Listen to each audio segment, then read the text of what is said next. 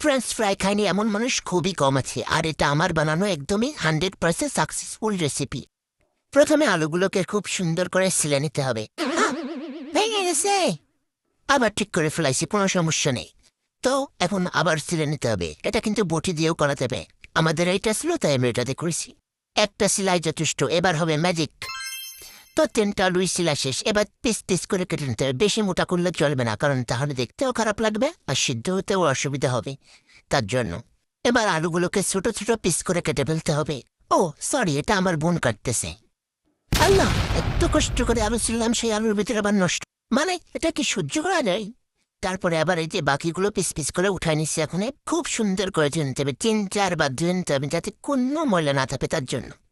আর ওই যে থেকে গেছিল ওরও পাশ দিয়ে কিন্তু কাটে কুটে নিয়ে নিতে হবে। এখন আমি 2 মিনিটের জন্য এটা সিদ্ধ করে নেব, অল্প একটু, বেশি না। এই যে সিদ্ধ হয়ে গেছে, উঠাই নিচ্ছি। এবার খুব সুন্দর করে পানি শুকায় নিতে হবে, নিয়ে অনেক বেশি বেশি করে কর্নফ্লাওয়ার দিতে হবে। আর কিচ্ছু দিলে কিন্তু হবে না। আর অল্প একটু লবণ দিতে হবে, তা নাহলে কোনো স্বাদে লাগবে না গালে। এবার অল্প একটু তেল দিয়ে তার উপরে আলুগুলো দিয়ে দিতে হবে।